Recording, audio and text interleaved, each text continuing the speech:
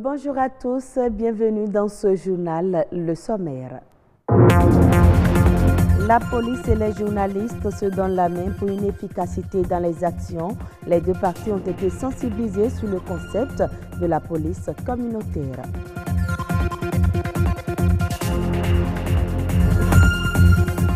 Très facile aujourd'hui de gérer son quotidien juste avec un téléphone portable.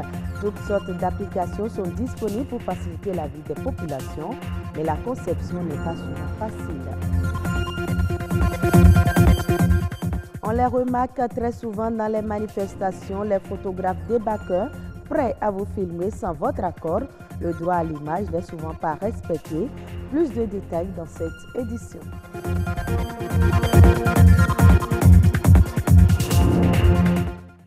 Atelier de sensibilisation des journalistes sur le concept de la police communautaire. C'est une initiative de la Direction générale de la police républicaine appuyée par la Fondation Hans Seidel pour asseoir une nouvelle collaboration avec les populations dans un partenariat avec les journalistes. Clotaire Awekou et Francis Faton y étaient pour plus de détails. Reportage. Comment faire des populations des acteurs majeurs dans la mise en œuvre des mesures sécuritaires? C'est la problématique qui fonde ce club de partenariat entre les hommes des médias et les policiers pour une police communautaire. Il s'agit de partager avec les journalistes les tenants et aboutissants d'une police proche des populations. Un travail d'acceptation de la stratégie globale de sécurité par les populations avec comme acteurs égaux, confidents, interface, les journalistes. Anciennement, on reconnaît aux policiers la force, en faire de tous les citoyens, de chaque segment de la communauté, partenaires de la police républicaine, partenaires de la production de la sécurité. C'est juste ça. Comment être plus proche de la population? Les journalistes, comme les policiers, sont au service de l'intérêt général, de l'intérêt public. Alors donc, la différence entre nous, c'est que les uns sont en uniforme, les autres sont dans les tenues, dans les vêtements ordinaires. C'est ça la différence. La différence aussi, c'est l'approche. Nous sommes investis de par la loi, de par notre formation, à produire la sécurité. Mais vous, c'est un rôle citoyen que de s'engager aux côtés de la police pour produire la sécurité, pour assurer la sécurité des biens des personnes. Le policier, par essence, est tenu à l'obligation du secret professionnel, alors que le journaliste a l'obligation d'informer la population sur la situation qui se pose dans son pays. Voilà un peu la nuance. Et très généralement, sous le couvert, sinon par respect de ce principe de respect de la déontologie et du secret professionnel, certains professionnels des médias ne comprennent pas que le policier ne puisse pas aller plus loin dans certains propos qu'il l'aurait souhaité, parce que le journaliste veut savoir tout, veut comprendre tout pour pouvoir expliquer à la population qu'est-ce qui sous-tend une action donnée. Ce concept de police communautaire cherche à asseoir une nouvelle collaboration entre les populations et les policiers pour une police davantage au service des citoyens et les journalistes principaux partenaires pris comme contrôleurs citoyens des activités de la police. Commander de la nourriture ou apprendre une langue étrangère n'ont jamais été aussi faciles. Des milliers d'applications mobiles existent aujourd'hui pour nous faciliter la vie. Mais comment une application est-elle créée? Quelles sont les difficultés rencontrées par les promoteurs? Alawa Diassa a créé une application juridique dénommée Liliane. Il nous en parle de son expérience au micro de Charlotte Bouvier et Louis Koudogbo. Nous avons d'abord voulu créer une application qui permette aux gens d'être plus proches du droit, de facilement avoir accès à l'information juridique. Pourquoi une application intelligente et pas un autre support numérique? Parce que l'application que nous faisons, elle est la seule en son genre. Elle est une application intelligente et conversationnelle. Tu poses ta question à l'application, elle te répond. Nous avons eu besoin d'un développeur à cause de la thématique de l'application. Nous avons eu besoin de juristes. Ensuite, nous avons eu besoin d'un designer qui nous a conçu le logo, d'un marketeur pour travailler, brainstormer sur le modèle économique de l'application. Nous avons financé ce projet sur fonds propres. Faut dire qu'au départ, c'était modeste. Nous nous sommes concentré sur ce que nous avions. Aujourd'hui, l'application elle est protégée autant à la Bibliothèque nationale qu'au niveau du droit d'auteur. Nous avons également fait une déclaration auprès de l'autorité de protection des données personnelles parce que nous allons recueillir des données. Il y a beaucoup de normes internationales qui sont déjà insérées dans les diverses politiques des marchés d'application que sont App Store et Play Store.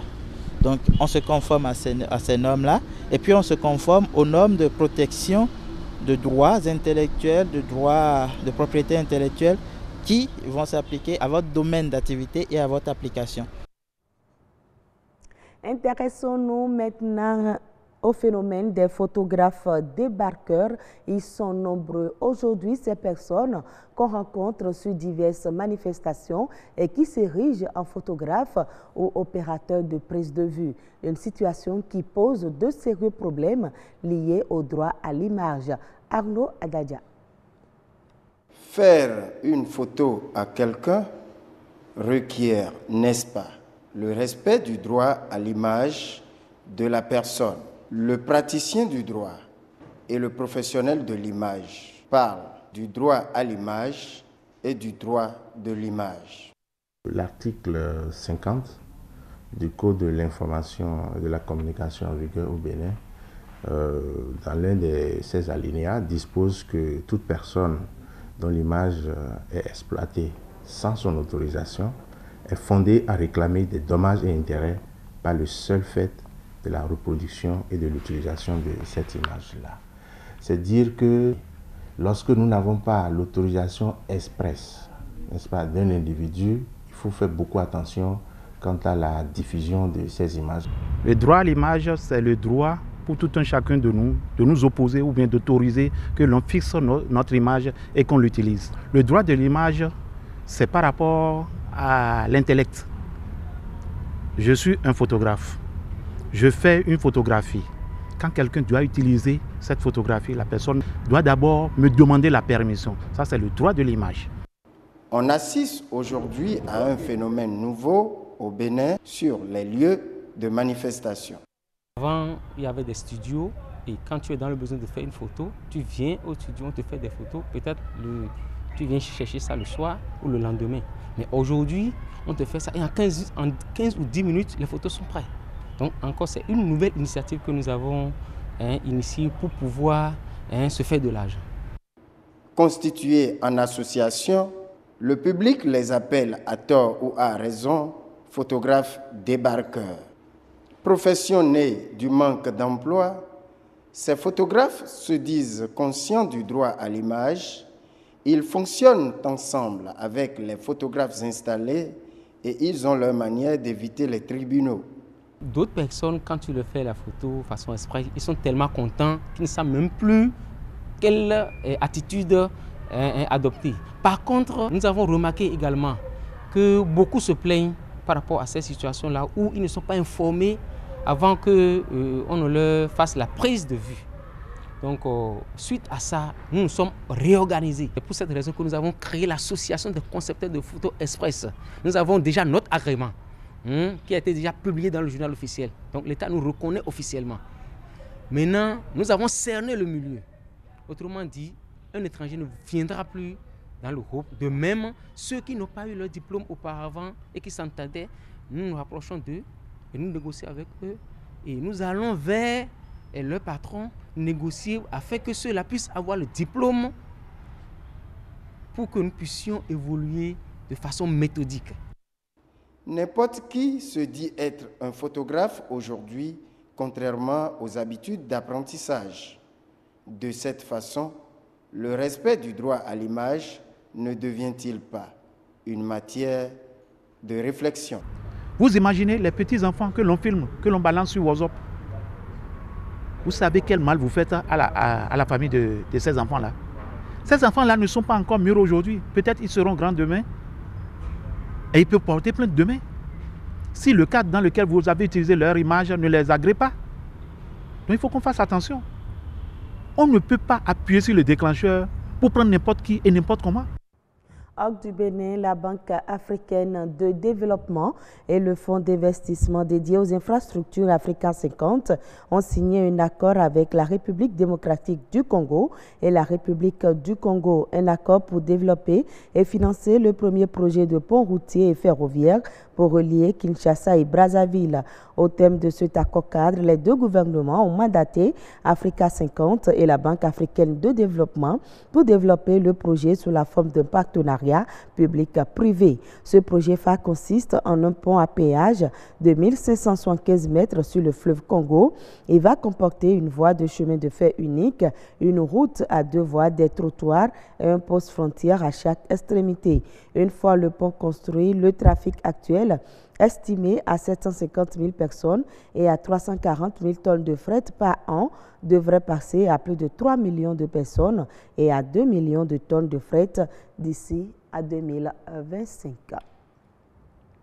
Le Kenya va émettre un emprunt obligataire domestique de 489 millions de dollars, soit environ 286 milliards de francs CFA pour financer des projets d'infrastructure, selon un communiqué rendu public le 12 novembre par la Banque centrale. Cet emprunt, dont l'émission est prévue pour ce jour 14 novembre, aura une maturité de 20 ans et servira à financer la construction d'une route ainsi que des projets dans les domaines du raccordement à l'eau potable et de l'électricité. Il sera rémunéré par un coupon de 11,950%. Selon les estimations du Fonds monétaire international, la dette publique totale du Kenya devrait culminer à 63,2% du produit intérieur brut à la fin de l'année 2018 contre 58% une année auparavant. Ainsi se referme ce journal. Mesdames, Messieurs, merci à vous de l'avoir suivi.